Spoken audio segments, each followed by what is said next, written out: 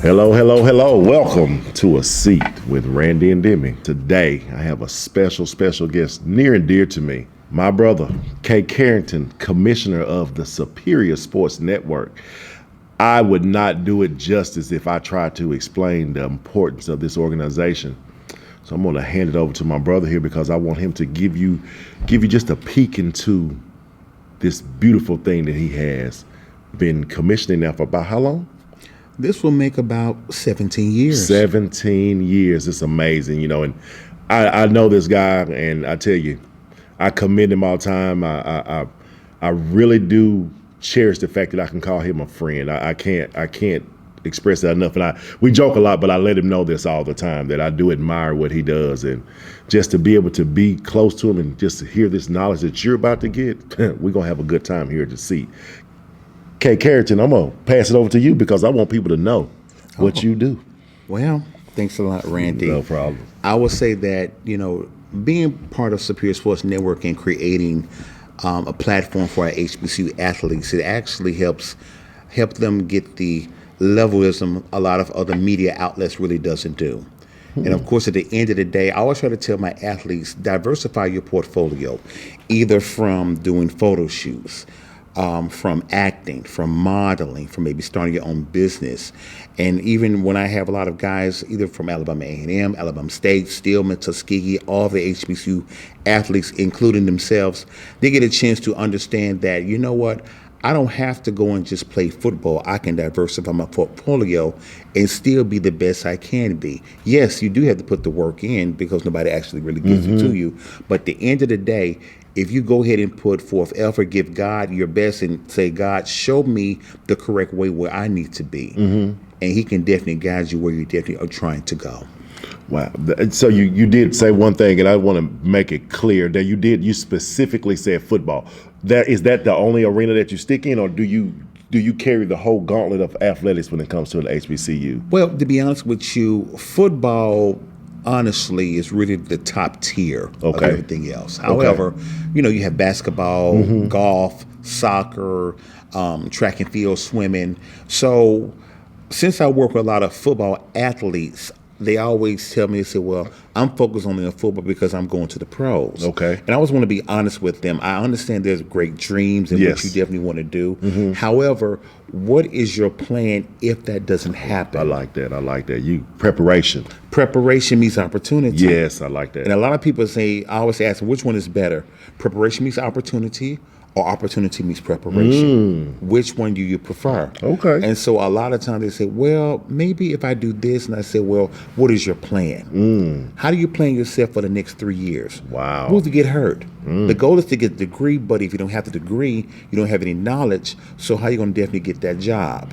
And you even at the top tier athletes, you come at every athlete the same. No problem. No, men, women, everyone gets the same treatment. That's only if they want to, because we can only tell them so much, but only if you want to take and invest in yourself. I got you. And if you don't make the investment, a lot of times investment can mean getting more training, getting more knowledge, going to a lot of conferences like Black Enterprise Minimum or other, and say, well, okay, this is what I need to wear for a power suit if I'm trying to do an interview. This is what I need to do if I'm going to go and talk to someone else if I'm trying to get that media job, or maybe have an entrepreneurship and try to push it to the next level if this is what you want. And then from there, always try to give back for your community. Wow. Because at the end of the day, without the community and without your belief of your higher power, whoever that could definitely be, and have a vision of where you're definitely trying to go, then what's left? Yeah, I like it. Man, preparation. You lead me into you running me back, because I grew up and I was very interested in a power school, one of the big names. Okay. The big names. But I also grew up a Steelers fan. And the reason why, and what I'm leading to is, you see all these amazing athletes that come from these major organizations. Okay. But as a Steelers fan, one of my favorite players came from right here in Huntsville, Alabama, in Alabama A&M, and John Stallworth. And my question to you is, why are the athletes so prone mentally that they have to go to one of the power schools over one of these illustrious HBCUs. Granted, how do I put it? Granted, they may have a different level of visibility initially, but if your talent speaks for itself, and you've been courted by the majors, but you've also been courted by the HBCUs, do you not feel that the exposure would eventually still be the same if they did choose to go to the HBCU, and the opportunities to be great at the next level could still possibly be the same as well? I agree. However, reversing that, when you have been conditioned to believe that if you are going to a top power school, you're going to get this, you're going to get that, you're going to get all the extra additives that help you be the best you can be, because the other schools are just crumbs. And so when you go to an HBCU, no matter if it's going to be Division II, Division I, AA, or either a community college or JUCO, they still prepare you regardless if you don't make it. We're going to give you this, and from there, you're still going to make it regardless. Never rely on the additive to make you who you should be. Because if you make the investment of where you're trying to go, at the end of the results, and if you put in the work, no matter where you go, you're still going to get different results. Maybe a different path that maybe God has ordained or destined you to be. Because if you give God and say, God, show me the direction where you want me to be, because this is your body. At the end of the day, this stuff here around here belongs to God. If I die today or tomorrow, the world still will go on. Keep going. If you don't make the investment to your community and help them and make them understand that, okay, yes, we were slaves several decades or years, whatever the case might be. And it's all about teaching the history. This is what happened here.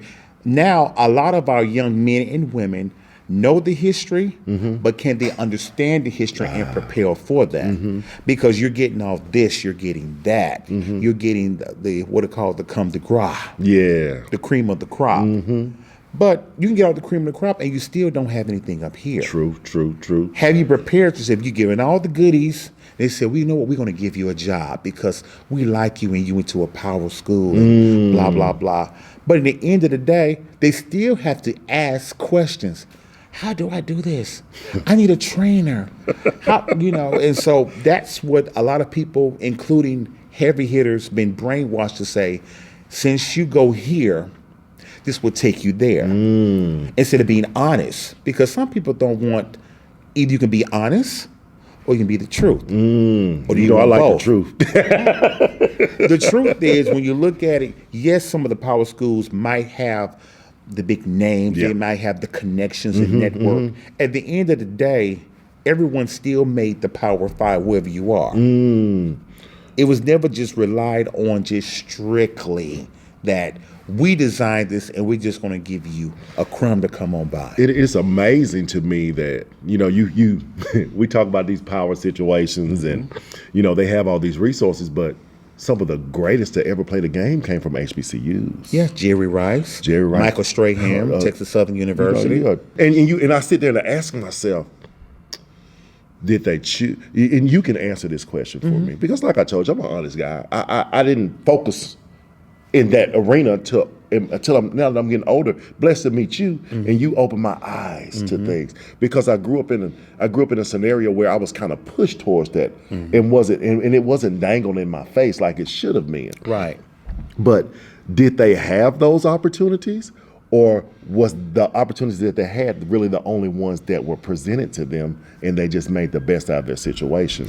Different time, different situation, different years. Yes. Let's go from 40 to 50 to 60 up until now. Back then, when colleges, probably white institutions, were created, they were only mandated for white men and women to go. Like the University of Alabama. Yes. And if I'm going back a little further there as well, if you were African American male or woman, you couldn't go. I got you. You were banned of trying to get the education. So basically, a lot of privately white institutions several years ago were only designed for white Americans because they wanted to give them the quote unquote best education. A lot of our ancestors that started Alabama A&M from Alabama State and many more others, HBCUs, it was actually created by churches. Okay. And from churches, a lot of them were called Negro colleges, never universities. Wow. And so a lot of people really didn't know that. So through the years, they had to go ahead and create a way and get the knowledge. They had African American teachers to teach about Black history, to talk about how to write, how to spell, about engineering. Of course, Tuskegee, University, George Washington Carver, down there. A lot of great influential individuals that went to a lot of bit of HBCU schools with the little of money what they had, but they made it do. The struggle was totally different from what it is now. Especially you didn't have these big cars, you didn't have the internet. So now you had maybe newspaper. You might have had people yelling like over across the field or something else like that, giving codes. What a lot of people didn't know. And so with that, spearheading that, a lot of our young men and women back then knew whatever it took, we had to get it done. There was no excuse.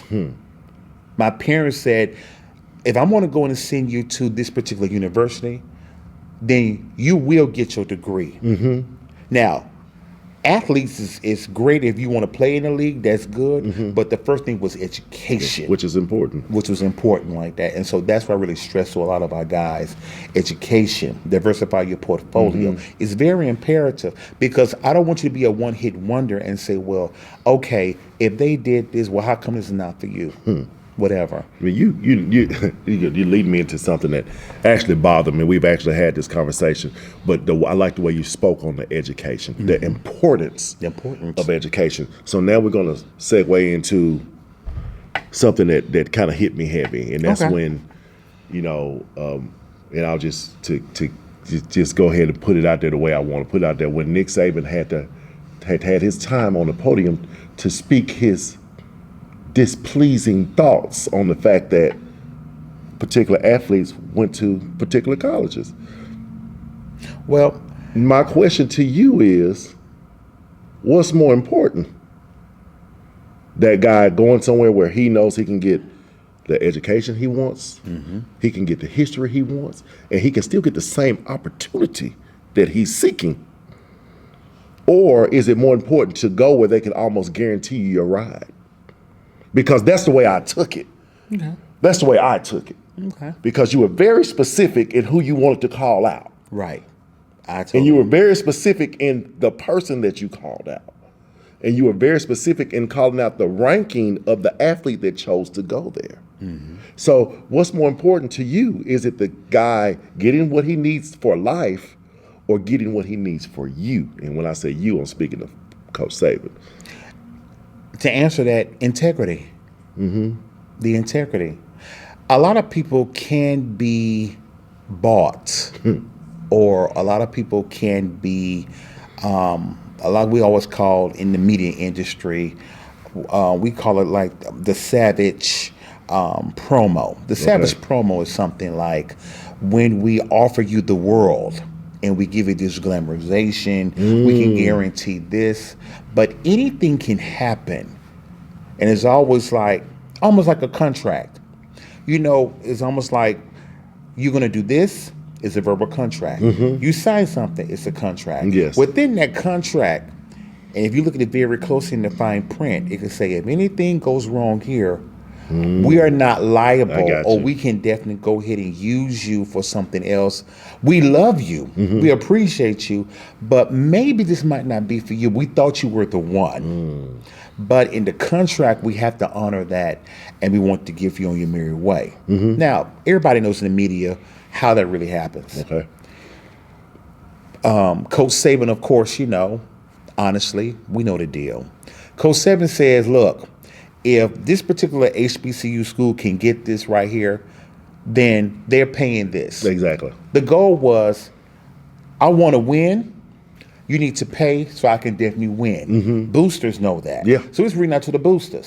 So he said, boosters, I'm going to say it around this way. And even Coach Sanders said himself, I know what you're doing. In the media, we all know this is nothing new. People have been doing this for years, probably before him came to the industry like that. And sometimes if you want to use that bait to reel people in or you let them know, they're going to definitely fall for that. You know, somebody said, you know, if you don't stand for something, you'll fall for anything. So I got a question. We're going to speak about this top tier athlete going to a HBCU. Okay. Do you think by him making that decision that he lowered his possibilities to make it to the next level because he's not playing against the top tier competition, or he's not playing in that light that has been presented to be the best light to play in? He's not getting the prime time television slots.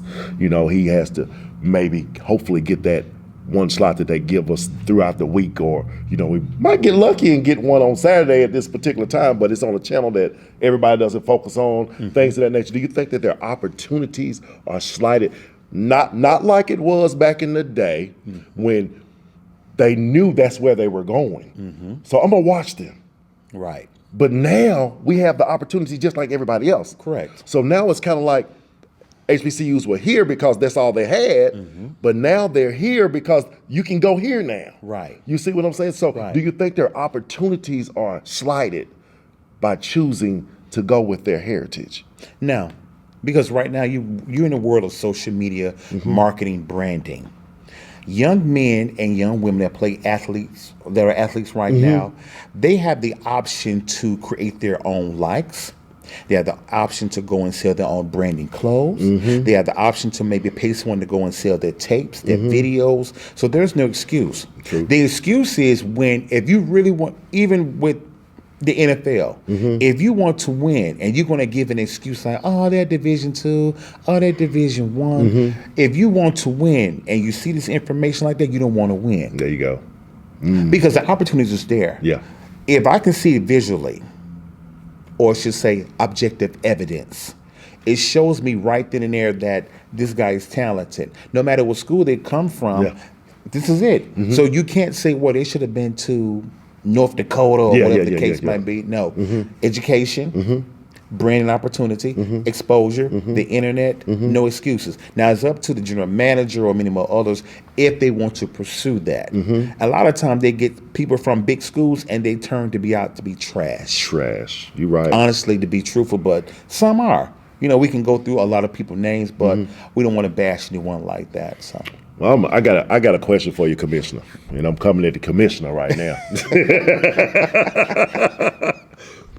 Do you think that the time is now for us to, and I say us, I speak of our people in these HBCU programs, to get these primetime slots sometime instead of us always getting secondary slots? We're in 2022. Correct. We're in 2022. We have some very, very explosive and powerful athletes that are choosing our university. Right. Do you not think that it's time? Yes, I do. What do we need to do to get our just feed literally on the prime circuit?